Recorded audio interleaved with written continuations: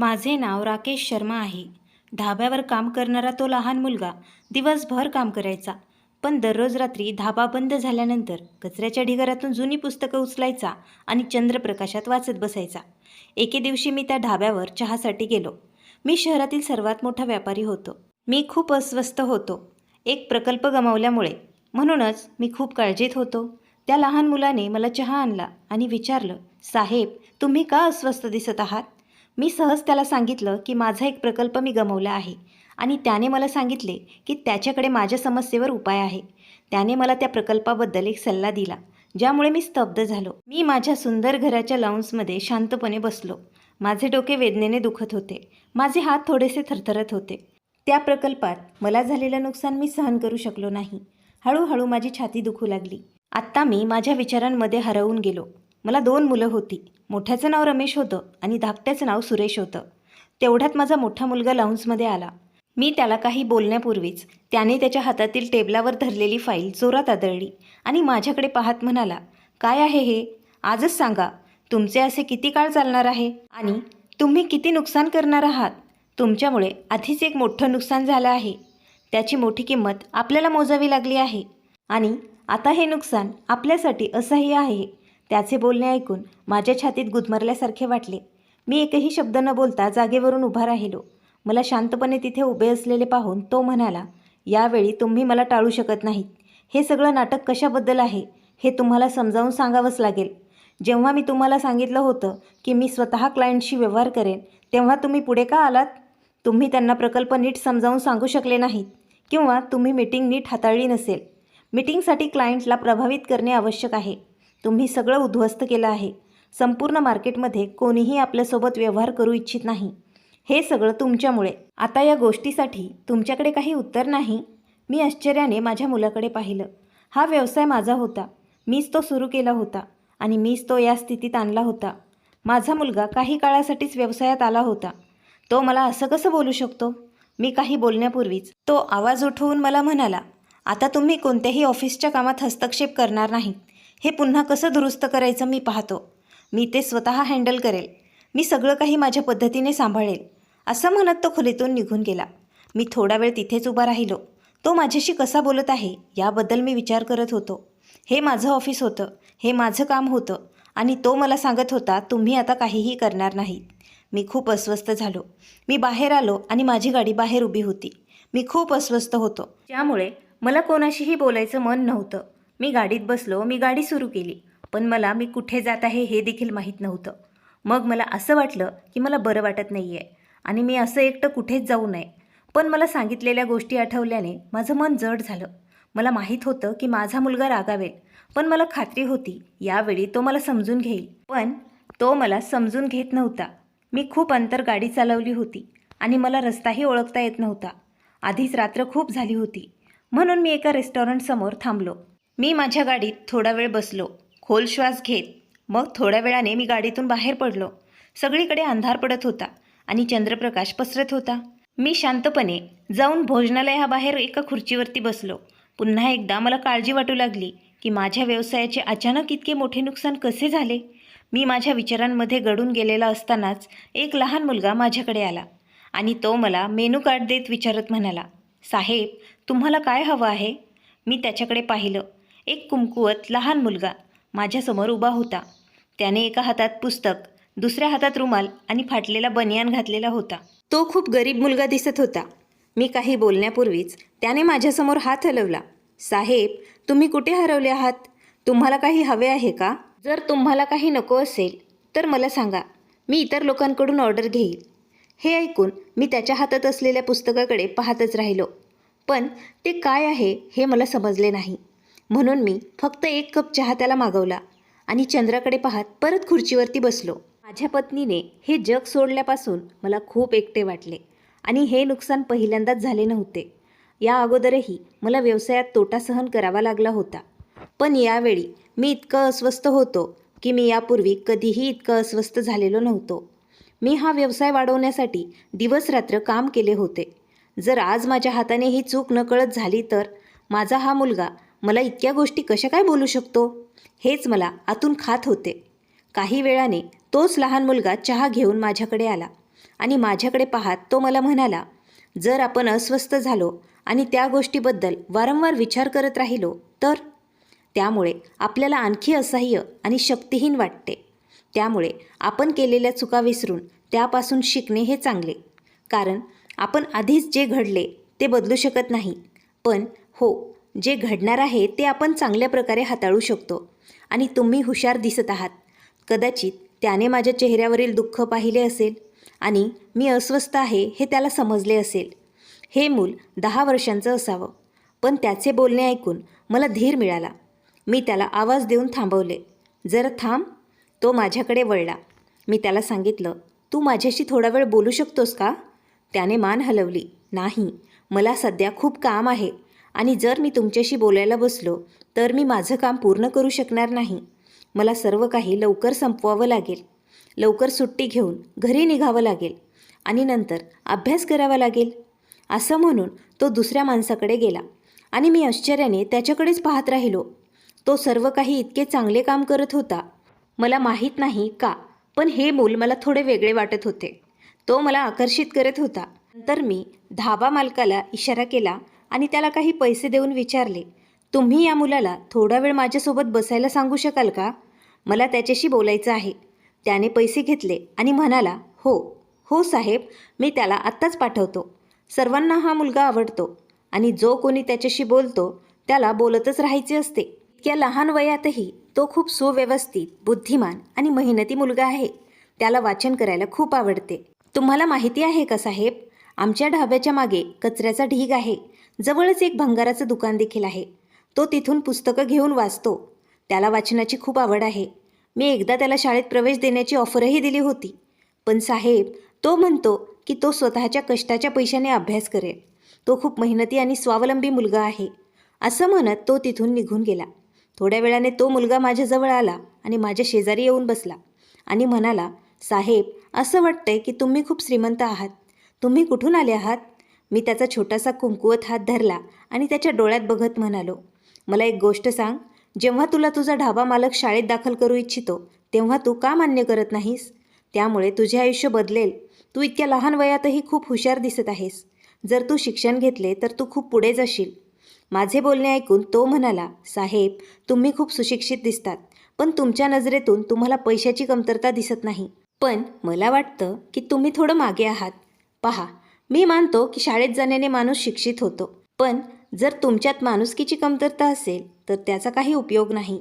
मी शाळेत जात नाही, पण माझ्यात इतकी माणुसकी तर आहे की मी कधीही कोणाचेही वाईट करू नये. माझे बॉस तुम्हाला सांगतात ते मला शाळेत दाखल करण्यासाठी ऑफर करतात, पण मला माहीत आहे की या उपकाराच्या बदल्यात तो मला दुप्पट काम करायला लावेल आणि माझ्यावर उपकार करेल आणि मला अभ्यासासाठी वेळही देणार नाही. मी फक्त काही तास शाळेत जाऊन माझे आयुष्य उद्ध्वस्त करू शकत नाही. मी माझे आयुष्य जसे आहे तसेच चालू देईल आणि काही काळानंतर जेव्हा मी मोठा होईल आणि जास्त पैसे कमवू लागेन तेव्हा मी स्वतः मेहनत करून अभ्यास करेन, पण आता नाही. त्याचे शब्द ऐकून मला थोडे आश्चर्य वाटले. आजपर्यंत मी कधीही 10 वर्षाच्या मुलाकडून असे काही ऐकले नव्हते. तो माझ्याकडे पाहून मला म्हणाला, माझी समस्या इतकी मोठी नाही आणि मला तेवढी काळजीही नाही. तुम्ही खूप काळजीत दिसत आहात. सांगा, तुम्हाला काय झालंय? मी पाहत आहे तुम्ही आल्यापासून वारंवार कपाळावर हात ठेवत आहात. तुम्ही चहा पण घेतलेला दिसत नाही. थंडीही खूप पडलेली आहे. मी त्याला माझ्या समस्येबद्दल सांगण्याचा विचार करत होतो, पण तो फक्त 10 वर्षाचा मुलगा होता. तो माझी समस्या कशी समजू शकेल? मी त्याला म्हणालो, मी काय म्हणत आहे ते तुला समजणारही नाही. तो म्हणाला, मला सांगा तरी. मला माहीत आहे की तुम्ही एक व्यापारी आहात आणि तुमचे संभाषण व्यवसायाबद्दलच असेल. तुमची काय समस्या आहे ते मला सांगा. कदाचित मी तुम्हाला तुमच्या समस्येवर उपाय सांगू शकेन. त्याचे बोलणे ऐकून मी थोडा वेळ गप्प बसलो आणि मग मी त्याच्याकडे पाहत म्हणालो, मला मरावेसे वाटते. मला स्वतःला मारावेसे वाटत आहे. तुला माहीत आहे, मी एक मोठा व्यवसाय उभारण्यासाठी दिवसरात्र आणि अथक परिश्रम केले. मी दिवसरात्र स्वतःला समर्पित केले, याच आशेने की एक दिवस माझ्या मुलांना माझ्यावर अभिमान वाटेल. मी त्यांच्यासाठी काहीतरी साध्य करेन. आणि आज तेच मुलं माझ्यासमोर उभे राहतात आणि मला सांगतात की मी एक मीटिंगही हाताळू शकत नाही. मी ग्राहकांना प्रकल्प योग्यरित्या समजावून सांगू शकत नाही. मला सांग, यात माझी काय चूक आहे? मी एक मोठा शॉपिंग मॉल बांधला आहे, एक मोठा आलिशान मॉल, आणि मी त्यात लाखो रुपये गुंतवले आहेत. पण दुःखाची गोष्ट म्हणजे ती जागा शहरापासून थोडी दूर आहे लोक तिथे येत नाहीत. पण मग आम्ही विचार केला की आपण मॉल दुसऱ्याला विकावा. आणि आज जेव्हा आम्ही क्लायंटला भेटलो आणि आमच्या प्रकल्पाबद्दल क्लायंटला सांगितले, तेव्हा त्यांनी स्पष्टपणे नकार दिला. ते म्हणाले, आम्ही अशा प्रकल्पात गुंतवणूक करू शकत नाही, कारण त्यामुळे त्यांचे नुकसान होईल. तुमच्याकडून अजून कोणीही एकही दुकान विकत घेतलेले नाही. मग आमच्याकडून कोणी कसे खरेदी करेल? माझा मुलगा बैठकीला थोडा उशिरा पोहोचला होता, म्हणून मी संपूर्ण बैठक एकट्यानेच हाताळली. पण सगळे उलट घडले. जेव्हा प्रकल्प सुरू होत होता तेव्हा मी माझ्या मुलाला सांगितले, मी त्याला समजावून सांगितले की त्यांनी तिथे जमीन खरेदी करू नये आणि शॉपिंग मॉल बांधू नये. काहीतरी बरोबर वाटत नव्हते. माझ्या दोन्ही मुलांनी मला सांगितले, बाबा तुम्हाला माहीत नाही, तुम्ही वयाने मोठे आहात. तुम्हाला माहीत आहे का आजकाल बाजारात काय चालले आहे आणि लोकांना काय हवे आहे? हा विचार ऐकून मी स्तब्ध झालो. त्यांनी तिथे खूप पैसे गुंतवले, उत्तम साहित्य वापरले आणि सर्व काही गरजेच्या वस्तू पण. मला त्या बदल्यात काय मिळाले? माझ्याच मुलाने एका वाईट भेटीमुळे मला खूप त्रास दिला. मला मरावेसे वाटले. माझ्या मनात विचित्र विचार येत होते. मला वाटले की माझं बोलणं ऐकून तो मुलगा तिथून उठून निघून जाईल. मी हे काय बोलत आहे तर ते समजू शकणार नाही. पण तो तिथेच बसला. माझं बोलणं इतकं लक्षपूर्वक ऐकत होता, जणू काही त्याच्याकडे खरोखरच माझ्या समस्येचं निराकरण आहे. मी एक दीर्घ श्वास घेतला, माझे डोके वाकवले आणि म्हणालो, मला वाटते की मी हा व्यवसाय सोडला पाहिजे. मी माझी मालमत्ता त्यांच्यामध्ये अर्धवट करून वाटून घेत आहे. ते त्यांना जे काही हवे ते करू शकतात आणि मालमत्ता वाटून घेतल्यानंतर मी एकटाच राहील. माझ्या पत्नीच्या मृत्यूनंतर मी अनेक वेळा पुनर्विवाह करण्याचा विचार केला, परंतु मी फक्त माझ्या मुलांसाठी पुनर्विवाह केला नाही. जर मी लग्न केले असते आणि माझ्या दुसऱ्या पत्नीपासून मला मुले झाली असती तर सावत्र भावंडांमध्ये भांडणं झाली असती आणि मला माझ्या मुलांना त्रास द्यायचा नव्हता. मी माझ्या आयुष्यातील इतकी वर्ष त्यांच्यासाठीच वाया घालवली. आज मला त्यांच्या आधाराची गरज आहे. ते मला त्यांच्यापासून मुक्त करू इच्छितात. ते माझ्यापासून पळून जात आहेत आणि व्यवसायातील तोट्यासाठी मलाच दोष देत आहेत. त्याने माझ्याकडे लक्षपूर्वक पाहिले आणि तो मला म्हणाला, मला वाटते की तुम्ही अजूनही खूप श्रीमंत आहात. तुमच्याकडे इतकी मोठी गाडी आहे, खूप पैसे आहेत. तुम्हाला स्वतःकडेच पाहून कळेल, अजून सगळं संपलेलं नाही. त्याने मान हलवली आणि मग विचारलं, तुमचं वय किती आहे ते सांगा. मी हळुवारपणे उत्तर दिलं, 66. पण मी त्याला विचारलं, तू मला हे का विचारत आहेस? तो मुलगा म्हणाला, तुमच्यासारखा मोठा उद्योगपती इतके पैसे असून इतके छोट्या गोष्टीवर कसा नाराज होतो? त्याचे बोलणे ऐकून मी विचारलं, तू मला काय म्हणण्याचा प्रयत्न करत आहेस? मला काहीच समजत नाही, पण मला तुझ्याशी बोलायला खूप आवडतंय. तू खूप लहान आहेस तरीही तू प्रौढ असल्यासारखं बोलतोयस. मी फक्त एक गोष्ट सांगेन साहेब, आजकाल 66 वर्षाचा माणूस हे जग समजू शकत नाही, पण 10 वर्षाचा मुलगा हे जग समजू शकतो. मी मोठा करार करत नाही, पण मी म्हणतोय की जेव्हा एखाद्या व्यक्तीला समस्या येते तेव्हा त्या व्यक्तीला सर्व काही समजते. जर तुम्ही चहा विक्रेते असता, जर तुमच्याकडून कोणी चहा घेण्यासाठी आले नसते तर तुम्ही काय केले असते? मी त्याला सांगितलं, हे सोपं आहे. मी चहा विकणे थांबवले असते आणि ते दुकान विकले असते. मी त्यांना सांगितले, मी तुम्हाला हे विचारलेच नव्हते. तो म्हणाला, तुम्ही बरोबर बोलत आहात. तू मला ते प्रश्न विचारलेच नाहीस. तुम्ही चहा विकवणे थांबवू शकले असतात आणि दुकान विकू शकले असतात. मी एका पुस्तकात वाचले होते की कधी कधी गोष्टी लोकांसाठी बनवल्या जातात, नतमस्तक होण्यासाठी नाही. त्याचे विचित्र शब्द ऐकून मी घाबरलो. तुम्हाला ती जागा विकायची आहे? ती विकू नका. त्याऐवजी मुलांना खेळण्यासाठी तिथे एक पार्क बांधा. मुले पार्क पाहतील आणि तिथे जाण्याचा आग्रह धरतील आणि लोक त्यांच्या मुलांना तिथे घेऊन येतील. मग तुम्ही तिथे स्वतःचे दुकान उघडू शकता आणि अशा प्रकारे तुमचा व्यवसाय भरभराटीला येईल आणि तुम्ही ज्या दुकानांना विकण्याचा प्रयत्न करत आहात ते देखील विकले जातील. यापेक्षा चांगला सल्ला तुम्हाला कोणीही देऊ शकत नाही. मी त्याच्याकडे आश्चर्याने पाहिले आणि म्हणालो, हा विचार माझ्या मनातही आला नव्हता. मला सांग, तुझं वय किती आहे? तो मुलगा म्हणाला, मी 10 वर्षाचा आहे. मी या रेस्टॉरंटमध्ये 2 वर्षांपासून काम करत आहे आणि मी 3 वर्षांपासून पुस्तकं वाचत आहे. मी खूप पुस्तकं आणि वर्तमानपत्र वाचलेली आहेत, त्यामुळे मला थोडीशी समज आली आहे. साहेब, मी आता जाऊ शकतो का? मला माहीत आहे की तुम्ही माझ्या बॉसला पैसे दिले आहेत, पण जर तुम्ही मला जाऊ दिले तर मी देवाला प्रार्थना करेल की तुमचे सर्व त्रास दूर होतील आणि तुमचे मुलं तुम्हाला समजून घेतील. मी त्याला विचारलं, तुझं नाव काय आहे? तो म्हणाला, छोटू. मी त्याला सांगितले, तुमचे खरे नाव सांगा, ज्या नावाने तुला सर्वजण ओळखतात. तो म्हणाला, मला छोटू म्हणून सगळे ओळखतात, पण माझ्या आईने प्रेमाने माझे नाव शौर्य ठेवले आहे. जर तुम्ही मला जाण्याची परवानगी दिली तर मी जाऊ का? कदाचित त्याला आता अभ्यास करायचा होता, म्हणूनच मी त्याला निघून जाण्यास सांगितले. पण मला इथे त्याला बसून माझ्याशी बोल असे सांगावेसे वाटत होते. पण त्याची अधीरता पाहून मी त्याला जाण्यास सांगितले. आता मी माझे त्रास विसरून गेलो होतो आणि माझ्यातील व्यापारी आता जागा झाला होता. मला काय करायचे आहे हे आता माहीत होते. मी थोडा वेळ तिथेच बसलो. नंतर माझ्या गाडीकडे चालत गेलो. मी गाडी सुरू केली आणि घरी गेलो. घरी आल्यानंतर मी थेट माझ्या खोलीत गेलो. खोलीला आतून कुलूप लावून मी बेडवर झोपलो. यावेळी मला कोणाशीही बोलायचे नव्हते आणि यावेळी मला त्या मुलाने काय सांगितले याचा विचार करायचा होता. मी संपूर्ण रात्र या सर्व गोष्टींचा विचार करत घालवली. दिवस उजळला होता आणि सर्वत्र सूर्यप्रकाश पसरला होता. मी उठलो, फ्रेश झालो आणि मग मी ऑफिससाठी तयार होऊ लागलो. माझी दोन्ही मुलं जेवणाच्या टेबलावर बसले होते. मला त्या दोघांकडे दुर्लक्ष करायचे होते आणि त्यांना काहीही न बोलता ऑफिसला निघून जायचे होते. मग माझा धाकटा मुलगा मला म्हणाला, बाबा थांबा, आम्हाला तुमच्याशी बोलायचं आहे. मी थांबलो आणि मागे वळून पाहिलं. मी गप्प बसलो. त्याने मला सांगितलं की ऑफिसमध्ये 3 बॉस असू शकत नाहीत. तुम्ही प्रॉपर्टीचे विभाजन करावे. आम्ही दोघेही ऑफिसचे 2 भाग करण्याचा विचार करत आहोत आणि तुम्ही निवृत्त होऊन स्थायिक होऊ शकता. आता तुम्हाला काळजी करण्याची गरज नाही. आम्ही दोघेही सर्व काही सांभाळू. तुमच्याकडे इतकी मालमत्ता आहे जी तुम्ही भाड्याने देऊ शकता. तुम्ही तुमचे जीवन आरामात जगू शकतात. मी त्यांच्याकडे पाहिलं आणि म्हणालो, जर मी तुम्हाला काहीही दिले नाही तर तुम्ही काय कराल? माझ्यासमोर बसून बकवास बोलण्याची काही गरज नाही. मी हा व्यवसाय या टप्प्यावर आणला आहे. मी हे घर बांधलं आहे. मी तुम्हा दोघांना जन्म दिला. त्यामुळे चांगलं होईल स्वतःच्या कामात तुम्ही लक्ष द्या आणि हा प्रकल्प माझी जबाबदारी आहे. तो कसा पुढे न्यायचा याची मी काळजी घेईन. जर तुम्ही या प्रकल्पात अनावश्यकपणे हस्तक्षेप करण्याचा प्रयत्न केला किंवा ऑफिसचे विभाजन करण्याबद्दल बोललात तर मी तुम्हा दोघांनाही मालमत्तेतून व्यवसायातूनही काढून टाकेल आणि या घरातूनही हाकलून लावेन. आता पुरे झाले. तुम्ही माझे तुमच्यावरील प्रेम पाहिले आहे आणि मला आता तुम्हाला काहीही बोलण्याची गरज नाही. मोठा मुलगा उभा राहिला आणि तो म्हणाला, बाबा तुम्ही हे काय बोलत आहात? तुम्ही इतक्या सहजपणे आम्हाला मालमत्तेतून कसे काढून टाकू शकता? आम्ही दोघंही तुमचेच मुलं आहोत.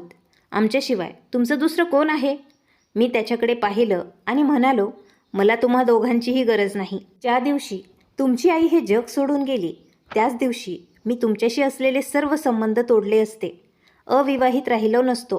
पुनर्विवाह केला असता आणि माझे आयुष्य मी नव्याने सुरू केले असते तरच बरे झाले असते. मी विनाकारण तुमच्या दोघांसाठी माझे आयुष्य वाया घालवले आहे. मला तुमच्या दोघांचीही गरज आहे आणि तुम्ही विभाजनाबद्दल बोलत आहात. तुम्ही दोघांनी तोंड बंद केले तर बरे होईल. मी तुम्हाला ऑफिसमध्ये येण्यापासून रोखू शकतो आणि तुम्ही दोघंही कुठेतरी 50-500 रुपयांवर काम करत असाल. मी तुम्हाला हा व्यवसाय उद्ध्वस्त करण्यासाठी दिलेला नव्हता. जरी मी तुम्हाला दोघांना सांगितले होते की तिथे जमीन खरेदी करू नका आणि तिथे तो शॉपिंग मॉल बांधू नका, पण तुम्ही दोघा भावांनी माझे एक ऐकलं नाहीत.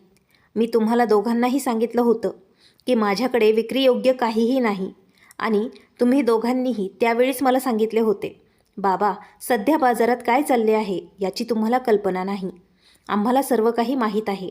आम्ही ते खूप चांगल्या प्रकारे आणि एका अनोख्या पद्धतीने करू आणि या प्रकल्पात आपले पैसे आम्ही गमावणार नाही. आणि आज कोणीही तो शॉपिंग मॉल खरेदी करू इच्छित नाही आणि तुम्ही दोघं मला फक्त खोटी स्वप्न दाखवत आहात. मला हा प्रकल्प कसा व्यवस्थापित करायचा आहे हे माहीत आहे. ही सर्व माझीच जबाबदारी आहे. तुम्ही दोघं आता या प्रकल्पावर तुमचा सल्ला देणार नाही. मी काय करायचे ते पाहतो. तुम्ही फक्त 4 दिवसांपासून ऑफिसमध्ये येत आहात आणि व्यवसाय समजू लागले आहात. मी गेल्या 30 वर्षांपासून हे ऑफिस चालवत आहे. तुमच्या दोघांपेक्षा मला जास्त ज्ञान आहे. मला समजते की 10 वर्षाचा मुलगा आणि 20 वर्षाचा मुलगा हे जग माझ्यापेक्षा जास्त चांगलं समजू शकेल. पण तुम्हा दोघांकडे अजिबात बुद्धी नाही आणि मी तुमची बुद्धी पाहिली आहे.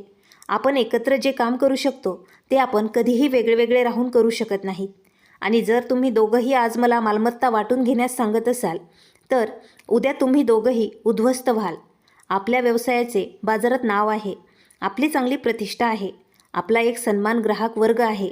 हो, मी सहमत आहे की जेव्हा मुलं मोठी होतात आणि प्रौढ वागतात तेव्हा त्यांना त्यांच्या जबाबदाऱ्या देऊन वेगळं केलं पाहिजे. पण जेव्हा मुलं तुमच्या दोघांसारखी असतात, मालमत्ता वाटून घेऊ इच्छितात आणि त्यांच्या वडिलांचे शब्दच समजत नाहीत, तेव्हा तुम्ही स्वतःच्या वडिलांना फटकारतात.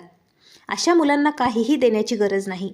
जोपर्यंत मी माझा व्यवसाय पूर्ववत करत नाही आणि माझे नुकसान भरून काढत नाही, तोपर्यंत तुम्हा दोघांना माझ्याशी बोलण्याचीही गरज नाही. कारण तुम्हा दोघांमध्ये कोणतेही शिष्टाचार शिल्लक राहिलेले नाही. एवढं बोलून मी तिथेच थांबलो नाही. ऑफिसला निघून गेलो. मला माहीत होतं की ते माझ्या पाठीमागे माझ्याबद्दल माझेच मुलं मला वाईट बोलतील, कथा रचतील आणि मला थांबवण्याचा प्रयत्नही करतील. पण मला माझा व्यवसाय, माझी मालमत्ता अशा मुलांना द्यायचीच नव्हती, जे माझा आदरही करत नाहीत. मी ऑफिसमध्ये गेलो. माझ्या टीमला बोलावलं. एक छोटीशी बैठक घेतली आणि त्या रात्री त्या मुलाने मला सांगितलेली कल्पना सर्वांना शेअर केली. सर्वजण त्या कल्पनेला सहमत दिसत होते. ही कल्पना मला का सुचली नाही? मला खरोखर पश्चाताप झाला. मी या प्रकल्पात 1 कोटी रुपये गुंतवले होते, पण मी ते गमावले होते.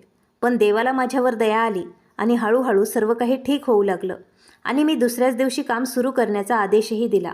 वकील माझ्या ऑफिसमध्ये आला तेव्हा मी अजूनही माझ्या विचारांमध्येच हरवलेला होतो. मला त्यांची उपस्थिती अजिबात आवडली नाही. तो मला म्हणाला, मला माहीत आहे की तुम्ही माझ्यावर रागावले आहे. मी अशा प्रकारे तुमच्या चालू बैठकीत घुसलो आहे. बघा, बोलणे खूप महत्त्वाचे आहे. हा तुमच्या मुलांच्या जीवनाचा प्रश्न आहे. मी सर्व कामगारांना निघून जाण्याचा इशारा केला आणि आम्ही दोघेही थोडा वेळ शांत बसलो. मग वकील मला म्हणाला, तुम्ही तुमच्या मुलांना तुमच्या इस्टेटमधून 1 रुपयाही द्यायचा नाही असे सांगितले आहे. जर तुम्हाला असे करायचे असेल तर माझे ऐका. ताबडतोब मृत्यूपत्र तयार करा. कारण तुमची मुलं तुमच्याशी ज्या पद्धतीने वागतात ते पाहता ते तुम्हाला इतक्या सहजपणे करू देतील असे मला वाटत नाही. वकिलांचे बोलणे ऐकून मी एक दीर्घ श्वास घेतला. मला माहीत होतं की तो वकील माझ्या मुलांशी संबंधित नव्हता. तो माझा जुना आणि निष्ठावंत वकील होता. मी त्याला सांगितलं, मला माझी मालमत्ता दुसऱ्या कोणाला तरी हस्तांतरित करायची आहे. जर तुम्हाला ते करायचे असेल तर ती तुमची आहे आणि तुम्ही ते करू शकता आणि तुम्हाला कोणीही रोखूही शकत नाही. आम्ही थोडा वेळ गप्पा मारल्या आणि मग तो निघून गेला. त्याने माझ्या मुलांशी संबंधित असल्याचे मला भासावले, पण खोलवर पाहिले तर आम्ही खूप चांगले मित्र होतो आणि एकमेकांना आम्ही चांगले ओळखत होतो. मग मला कळले की माझ्या मुलांनी स्वतःचा व्यवसाय उघडला आहे. संपूर्ण दिवस असाच गेला. मी घरी परतलो तेव्हा माझे दोन्ही मुलं लाऊंजमध्ये माझी वाट पाहत बसले होते आणि मला माहीत होतं की असे काहीतरी घडणार आहे. मी आत जाताच माझ्या मोठ्या मुलाने माझ्याकडे पाहिले आणि तो मला म्हणाला, तुम्ही पुन्हा प्रकल्पावर काम करायला सुरुवात केली आहे. तुमची कल्पना छान होती. तेव्हाच माझा मोठा मुलगा म्हणाला, भाऊ, तू बरोबर बोलत आहेस. आपण या प्रकल्पात खूप मेहनत घेतली आहे आणि तुम्ही तिथे बसून पैसे वाया घालवू शकत नाहीत. जर तुम्ही हे विसरत आहे, तुम्ही आमचे म्हणणे ऐकले नाही तर आम्ही तुम्हाला कोर्टात समजावून सांगू शकतो. त्यांचे दोघांचे बोलणे ऐकून माझे हृदय तुटले, पण माझ्या ओठांवर एक मंद हास्य होते आणि मी त्यांना हळुवारपणे सांगितले, तुम्हाला जे हवे आहे ते करा. मला जे हवे आहे ते करेन. मी आता तुमच्याशी जुळवून घेणार नाही आणि मला ते करायचेही नाही. जेव्हा मुले त्यांच्या वडिलांसमोर उभी राहतात तेव्हा ते आता प्रेम करण्यास सक्षम नाहीत आणि तुम्हा दोघांना तुमच्या चुकींची जाणीव नाही. तुम्ही माझ्याशी वाईट वागणूक दिली आहे. माफी मागण्याऐवजी तुम्ही कोर्टात जाण्याबद्दल मला बोलत आहात. असे म्हणत मी माझ्या खोलीत परतलो. माझ्या डोळ्यात अश्रू होते. माझी छाती दुखू लागली. माझे हृदय धडधडत होते आणि मला श्वास घेण्यासही त्रास होत होता. मी खोलीतून बाहेर पडलो. घराच्या बाहेर जाऊन मी गाडी सुरू केली आणि थेट या जुन्या रेस्टॉरंटमध्ये गेलो जिथे मला काल तो मुलगा सापडला होता, तो शौर्य, जो सगळ्यांसाठी एक निरागस मुलगा होता. पण काल त्याला भेटल्यावर मला तो खूप जवळचा वाटला, जणू तो माझाच मुलगा आहे. म्हणून मी त्याला पुन्हा भेटण्यासाठी त्या ढाब्यावर गेलो. जिथे पोचताच मला शौर्य सापडलाच नाही. तो तिथे न दिसल्यामुळे मला खूप अस्वस्थ वाटले. मी ढाब्याच्या मालकाला त्या मुलाबद्दल विचारले. तो मला म्हणाला, साहेब, तो सहसा या वेळेपर्यंत घरी जातो. सध्या माझ्या दुकानाच्या मागे कचऱ्याच्या ढिगाऱ्याजवळ एक रद्दीचं दुकान आहे. तो तिथे पुस्तके खरेदी करत असावा. जर तुम्हाला त्या मुलाला भेटायचंच असेल तर तुम्ही तिथे जा. मी त्याला काहीही बोललो नाही आणि त्याच्या ढाब्याच्या मागच्या रस्त्याने चालत गेलो. मी तिथे पोहोचताच मला कचऱ्याचा ढीग दिसला, जिथे रद्दीचे दुकान दिसत होते आणि तिथे फाटलेल्या बनियान घातलेला एक लहान मुलगा पुस्तकं शोधत होता. त्याला पाहून माझ्या डोळ्यात अश्रू आले. मी मोठ्याने म्हणालो, शौर्य, इकडे ये. मी तुला खूप पुस्तकं आणली आहेत. 10 वर्षाच्या मुलाला अशा आवाजाने भीती वाटली, तरी तो माझ्याकडे शांत भावनेने वळला. पण तो घाबरला नाही. तो शांतपणे माझ्याकडे पाहत मला म्हणाला, कसे आहात साहेब? तुम्हाला माहीत आहे का, मी सकाळपासून तुमचीच वाट पाहत होतो. तुम्ही तुमच्या त्या प्रोजेक्टबद्दल माझे ऐकले. मी प्रेमाने त्याच्या डोक्यावर माझा हात ठेवला आणि त्याला म्हणालो, मी तुला सर्व काही सांगेन. प्रथम मी तुला आज आवश्यक असलेल्या ठिकाणी घेऊन जाईल आणि तुला ते ठिकाण खूप आवडेल. ते खूप सुंदर ठिकाण आहे. त्याने मला विचारले, तुम्हाला मला कोणत्या सुंदर ठिकाणी घेऊन जायचे आहे? तुम्ही माझे अपहरण करत आहात का? त्याच्या ओठांवर एवढं बोलून हास्य उमटले. मी मान हलवली आणि म्हणालो, नाही नाही, मी का तुझे अपहरण करेल? इतक्या मोठ्या माणसाचे अपहरण करून मला काय मिळणार? मी त्याला नेहमी बोलत असलेल्या त्याच्याच स्वरात उत्तर दिले. तो खूप खळखळून हसला आणि त्याने माझा हात हातात घेऊन तो मला म्हणाला, साहेब सांगा ना, तुम्ही मला कुठे घेऊन जात आहात? तुम्हाला माहीत आहे, मी सकाळपासून तुमची आठवण काढत आहे. मी तुमच्या येण्याचीच वाट पाहत होतो. येणाऱ्या प्रत्येक गाडीकडे पाहत होतो, पण एकही गाडी मला तुमच्या गाडीसारखी दिसत नव्हती. मला सांगा, तुम्ही माझे म्हणणे ऐकले तेव्हा तुम्हाला आता कसे वाटते? मला खूप बरं वाटतंय आणि काही लोकांबद्दलचं सत्य मला कळलं आहे. हे सगळं तुझ्यामुळे घडलं. माझं बोलणं ऐकून तो म्हणाला, असे होत नसते. जगाबद्दलचं सत्य तुम्हाला कळलं तेव्हा असं झालं नसतं. तुम्ही तुमचे सर्व नाते तोडले, म्हणून तुम्ही जास्त काळजी घ्यायला हवी होती. नाहीतर आजच्या काळात मुलगा त्याच्या वडिलांचा नाही आणि मुलगीही तिच्या आईची नाही. तो मुलगा इतर मुलांपेक्षा खूप वेगळा होता. त्याच्या बोलण्यात सत्यता आणि खोली दिसत होती. मी त्याला माझ्यासोबत आणलं आणि माझ्या गाडीत बसवलं. माझी आई म्हणते की तू अशा अनोळखी व्यक्तींसोबत बाहेर जाऊ नकोस, पण मला वाटतं की तुम्ही मला आवडतात. तुम्ही माझं काहीही वाईट करणार नाहीत आणि तरीही मी एक गरीब मुलगा, तुमचा काय उपयोग? मला त्याला सांगायचं होतं की त्याच्यामुळे माझी एवढी मोठी समस्या सोडवली आहे. मी त्याला माझ्यासोबत लायब्ररीत आणलं. त्याने माझा हात धरला आणि आश्चर्याने माझ्याकडे पाहिलं. साधारणपणे लायब्ररी 5 वाजता बंद होते, पण माझ्या विनंतीनुसार लायब्ररी अजूनही उघडी होती. तो माझ्याकडे आश्चर्याने पाहत होता आणि म्हणाला, साहेब, ही पुस्तकांची दुनिया आहे. आपण दुसऱ्याच जगात आलो आहोत का? त्याच्या चेहऱ्यावर एक वेगळाच आनंद दिसत होता. तो इतका आनंदी होता की तो कधी एक पुस्तक उचलायचा तर कधी दुसऱ्या पुस्तकाकडे पाहायचा. त्याचा आनंद पाहून मी बाजूला जाऊन बसलो. त्याने एक पुस्तक उचललं आणि म्हणाला, मी एकदा या पुस्तकाचे पहिले पान वाचले होते. हे पुस्तक माझ्या ढाबा मालकाकडे होते. हे पुस्तक खूप चांगले आहे आणि त्यात खूप चांगल्या गोष्टी लिहिल्या आहेत. तो मला सांगत होता की त्याला पुस्तकं वाचायला खूप आवडते. जेव्हा तो पुस्तकं वाचतो तेव्हा तो सर्व काही विसरतो आणि त्यात हरवून जातो. त्याने पुस्तक उघडलं आणि वाचायला सुरुवात केली. मी शांतपणे त्याच्याकडे पाहत बसलो. तो वाचत असताना त्याच्या चेहऱ्यावर हास्य फुलले. तो 1.5 तास वाचत होता. तो पुस्तकात हरवला होता. मग कदाचित त्याला कळले की त्याला उशीर होत आहे. त्याची आई घरी त्याची वाट पाहत असावी. त्याने माझ्याकडे पाहिले आणि म्हणाला, साहेब, मी इथून काही पुस्तकं उधार घेऊ शकतो का? मी ती वाचून तुम्हाला परत करेन आणि त्या बदल्यात तुम्ही मला कोणतेही काम करायला सांगितले तर मी ते करेन. मला पुस्तकं वाचायला खूप आवडतात. ही पुस्तकं वाचून तुम्ही या जगाला समजू शकता. मी त्याला सांगितलं, तुला हवी ती पुस्तकं इथून घे, बाकीचं मी सांभाळून घेईल. त्याने स्वतःसाठी 5 पुस्तकं खरेदी केली होती. तो ती घेऊन माझ्याकडे आला आणि म्हणाला, चला साहेब, मी पुस्तकं घेतली आहेत. मी ग्रंथपालाला पैसे दिले, शौर्यला माझ्या गाडीत बसवले आणि जुन्या ढाब्याकडे निघालो. त्याने माझ्याकडे पाहिले आणि विचारले, तुम्ही माझ्यासोबत 1 कप चहा घ्याल का आणि माझ्यासोबत माझ्या घरी याल का? मी हसून म्हणालो, हो नक्कीच. साधारणपणे हा माझा आराम करण्याचा वेळ होता, पण सध्या मला आराम करण्यापेक्षा या मुलासोबत वेळ घालवण्यात जास्त मजा येत होती. मला त्याच्यासोबत जास्तीत जास्त वेळ घालवायचा होता. आम्ही ढाब्यावर पोचलो आणि त्याने मला रस्ता दाखवला आणि आम्ही त्याच्या घराकडे निघालो. गाडी आत जाऊ शकत नसल्याने आम्ही एका गल्लीबाहेरच थांबलो. मग आम्ही दोघांनीही गल्लीत प्रवेश केला. थोडे चालल्यानंतर आम्ही शौर्यच्या घरी पोचलो. तो म्हणाला, साहेब, आमचे घर खूप लहान आहे. मी आधी माझ्या आईला तुमच्याबद्दल सांगेन आणि मग तुम्ही माझ्यासोबत आत या. तो असे म्हणाला आणि आत गेला. 5-10 मिनिटांनी बाहेर आला. मी इतका वेळ विचार करत होतो की इतका लहान मुलगा किती हुशार आहे. त्याला त्याच्या आईच्या सन्मानाची किती काळजी आहे. मग तो बाहेर आला आणि त्याने मला विचारले, साहेब, तुम्हाला आमच्या घरात प्रवेश करण्यास काही अडचण येईल का? त्याने मला खूप प्रेमाने विचारले. आई खूप रागावली आहे. मला खूप उशीर झाला आहे. जर तिला राग आला तर कृपया वाईट वाटू देऊ नका. मी तुम्हाला तिच्या हातून बनवलेला चहा देईल. मी त्याला म्हणालो, तू अजून खूप लहान आहेस. मोठ्यांसारखं बोलू नकोस. हसत हसत मी त्याच्यासोबत आत गेलो. पण आत जाताच मला ती बाई दिसली. माझ्या पायाखालची जमीन सरकली.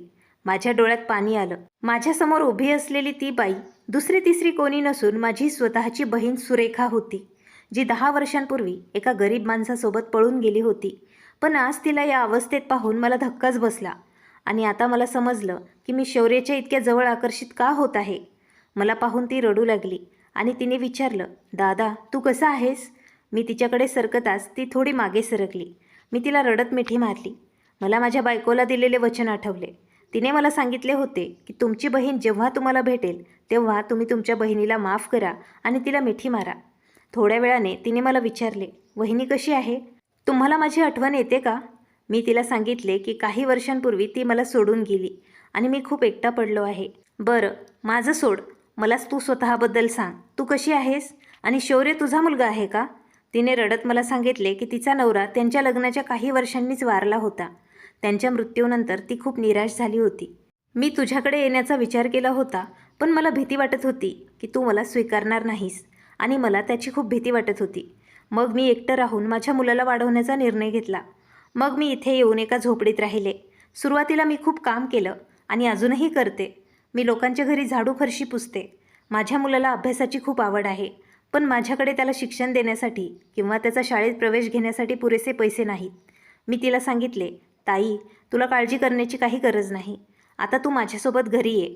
तुला शौर्याची इतकी काळजी करण्याचीही गरज नाही. मी त्यांना त्यांचे सर्व सामान बांधायला सांगितले आणि त्यांना घरी आणले. माझे मुलं हे बघून खूप अस्वस्थ झाले. ते विचारत होते की मी माझ्यासोबत घरी कोणाला आणले आहे, पण मी त्यांना काहीही सांगितले नाही किंवा मी त्यांच्याशी काही बोललोही नाही, कारण मला त्यांना काहीही समजून सांगायचेच नव्हते. मी माझ्या मालमत्तेचा एक भाग माझ्या बहिणीला आणि तिच्या मुलाला दिला होता, ज्याच्यावर त्यांचा अधिकार होता, कारण ती माझी एकुलती एक बहीण होती. मी तिला एक वेगळं घर देखील विकत घेऊन दिलं होतं आणि तिच्या मुलाची जबाबदारी घेतली होती. मी शौर्याला शाळेत दाखल केलं होतं आणि माझ्या मुलांना हे सर्व पाहून खूप आश्चर्य वाटलं. ते विचारत होते की हे लोक कोण आहेत आणि मी त्यांना अशी मदत का करत आहे. मग ते माझ्याकडे आले. त्यांनी मला विचारले की हे लोक कोण आहेत, म्हणून मी त्यांना सांगितले की ही तुमची आत्या आहे. मी त्यांना संपूर्ण कहाणी सांगितली आणि त्यांना असेही सांगितले की शौर्य इतक्या लहान वयात इतका हुशार आहे. त्याच्या कल्पनेमुळेच इतक्या मोठ्या प्रकल्पात माझे झालेले नुकसान भरून निघाले. मी जे बोललो ते ऐकून माझ्या दोन्ही मुलांना खूप लाज वाटली आणि त्यांना त्यांची चूक कळली. त्यांनी माझी माफी मागितली आणि मला म्हणाले, बाबा कृपया आम्हाला माफ करा. आम्ही पुन्हा कधीही असे काही करणार नाही किंवा तुमच्याशी पुन्हा कधीही असभ्य वागणार नाही. त्यांनी मला वचन दिले की ते कधीही घरात वाटणीची चर्चा करणार नाहीत. त्यांचे म्हणणे ऐकून मी त्यांना माफ केले. मी माझ्या मालमत्तेचा 10% हिस्सा माझ्या बहिणीला आणि तिच्या मुलाला हस्तांतरित केल्यामुळे मला समाधान आणि आनंद झाला. त्यांना पुन्हा कधीही कोणत्याही समस्यांना तोंड द्यावे लागणार नाही आणि मी गेल्यानंतरही त्यांना कोणत्याही गोष्टीची कमतरता भासणार नाही आणि ते आरामात जगू शकतील. जरी माझे मुलं माझ्याशी उद्धटपणे वागली, जरी मी त्यांच्याशी त्यांच्यासारखंच वागलो, तरी काहीही ठीक होणार नाही. आता माझ्या मुलांना त्यांची चूक कळली. त्यांनी माझी माफी मागितली आणि मी त्यांना माफही केले, कारण काहीही झाले तरी ते माझे मुलं होते. आम्ही सर्वजण आनंदाने एकत्र राहत होतो. या कथेचा अर्थ असा आहे की नातेसंबंध हे पैसे आणि मालमत्तेपेक्षा जास्त मौल्यवान असतात आणि सर्वात मोठे म्हणजे कुटुंब. पण कधीकधी जेव्हा एखाद्या व्यक्तीवर लोभ किंवा राग येतो तेव्हा ते या नात्यांचे मूल्य विसरतात. या कथेत एका वडिलांनी आयुष्यभर आपला व्यवसाय उभारण्यासाठी कठोर परिश्रम केले होते. त्यांनी 30 वर्ष काम केले जेणेकरून त्यांचे कुटुंब आरामात जगू शकेल आणि त्यांच्या मुलांना कोणत्याही गोष्टीची कमतरता भासू नये. पण जेव्हा मुलं मोठी झाली तेव्हा त्यांनी या कठोर परिश्रमाचे मूल्य समजून घेण्याऐवजी ते या मालमत्तेचे विभाजन करण्याबद्दल बोलू लागले. त्यामुळे वडिलांचे हृदय तुटले.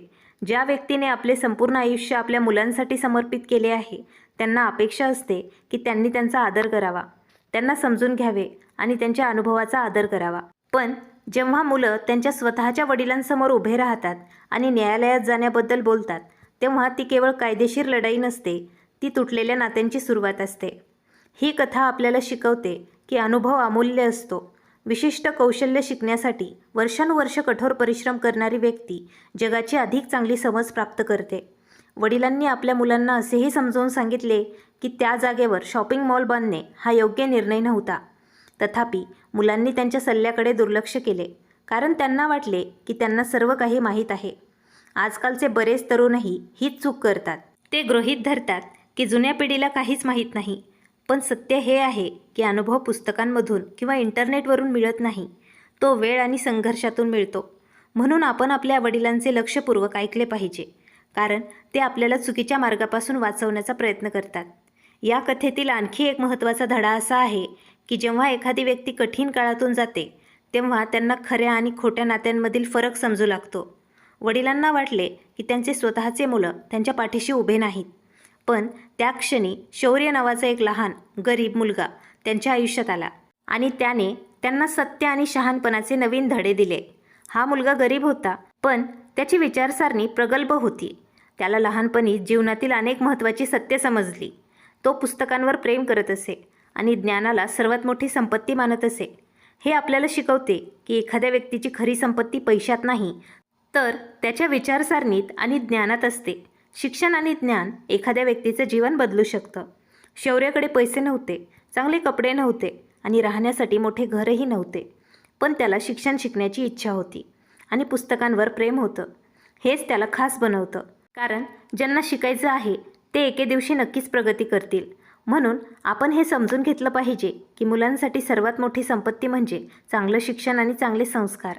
कथेचा भावनिक भाग म्हणजे जेव्हा वडिलांना कळते की शौर्याची आई त्याची स्वतःची बहीण आहे, जी अनेक वर्षांपूर्वी घर सोडून गेली होती. हे आपल्याला शिकवते की आयुष्यात प्रत्येकजण चुका करतो, पण कुटुंबाचा खरा अर्थ असा आहे की आपण एकमेकांना क्षमा करायला शिकतो. जर त्या भावाने आपल्या बहिणीला नाकारले असते तर ती कायमचीच दुःखी राहिली असती. पण त्यांनी आपले मन मोठे ठेवले आणि तिला मिठी मारली. यावरून असे दिसून येते की क्षमा करणारा माणूस खरोखरच महान असतो, कारण क्षमा केल्याने नातेसंबंध पुन्हा स्थापित होऊ शकतात. या कथेतील वडिलांचे मन मोठे होते. त्यांनी आपल्या बहिणीला आणि तिच्या मुलाला दत्तक घेतले, त्यांना राहण्यासाठी घर दिले आणि मुलाच्या शिक्षणाची जबाबदारी घेतली. हे आपल्याला शिकवते की जेव्हा देव आपल्यासाठी संपत्ती आणि शक्ती देतो, तेव्हा आपण ती केवळ स्वतःसाठीच नाही, तर इतरांना, विशेषतः आपल्या कुटुंबाला आणि गरजूंना मदत करण्यासाठी देखील वापरली पाहिजे. या कथेतून आणखी एक महत्त्वाचा संदेश असा आहे की मुलांनी नेहमीच त्यांच्या पालकांचा आदर केला पाहिजे, कारण पालकच असे असतात जे कोणत्याही स्वार्थी हेतूशिवाय त्यांच्या मुलांसाठी सर्व काही करतात. जेव्हा मुलांनी त्यांच्या वडिलांना गरीब मुलाला आणि त्याच्या बहिणीला मदत करताना पाहिलं, तेव्हा त्यांना त्यांची चूक कळली. त्यांना समजले की त्यांचे वडील केवळ एक व्यापारीच नव्हते, तर एक खूप चांगला माणूस देखील होते. मग त्यांनी त्यांच्या वडिलांची माफी मागितली आणि पुन्हा कधीही वेगळे होण्याबद्दल बोलणार नाही असे त्यांना वचनही दिले. हे आपल्याला शिकवते की जर एखाद्या व्यक्तीला त्यांची चूक कळली आणि मनापासून त्यांनी माफी मागितली, तर नातेसंबंध दुरुस्त होऊ शकतात. कौटुंबिक ऐक्य ही एक सर्वात मोठी ताकद आहे. जर कुटुंबातील सदस्य भांडणं करू लागले आणि विभाजनाबद्दल बोलू लागले, मग तो व्यवसाय कितीही मोठा असो किंवा मालमत्ता कितीही मोठी असो, ती हळूहळू कोसळते. पण जर कुटुंबच एकत्र राहिलं, एकमेकांचा आदर केला आणि एकमेकांना आधार दिला, तर प्रत्येक अडचणी सोप्या होतात. माणसाने आपले मन मोठे ठेवले पाहिजे. राग आणि अहंकार फक्त नातेसंबंध तोडतात, पण प्रेम, करुणा आणि समजूतदारपणा त्यांना बळकट बनवतो. जेव्हा त्या वडिलांनी आपल्या मुलांना माफ केलं आणि त्यांचे कुटुंब पुन्हा एकत्र केले, तेव्हा त्यांच्या आयुष्यात खरा आनंद परत आला. कारण शेवटी एखाद्या व्यक्तीला सर्वात जास्त गरज असते ती म्हणजे त्यांच्या कुटुंबाची आणि प्रियजनांची. या कथेचा सर्वात मोठा धडा म्हणजे नातेसंबंध संपत्तीपेक्षा अधिक मौल्यवान असतात आणि जिथे प्रेम, आदर आणि एकता असते, तीच घरं खरोखर आनंदी असतात. मित्रांनो, मला आशा आहे की तुम्हाला आमची कथा आवडली असेल. जर तुम्हाला आजची कथा आवडली असेल तर कृपया व्हिडिओला लाईक करा. जर तुम्ही चॅनलवर नवीन असाल तर चॅनलला सबस्क्राईब करा. भेटूया एका नवीन कथेसोबत. तोपर्यंत धन्यवाद.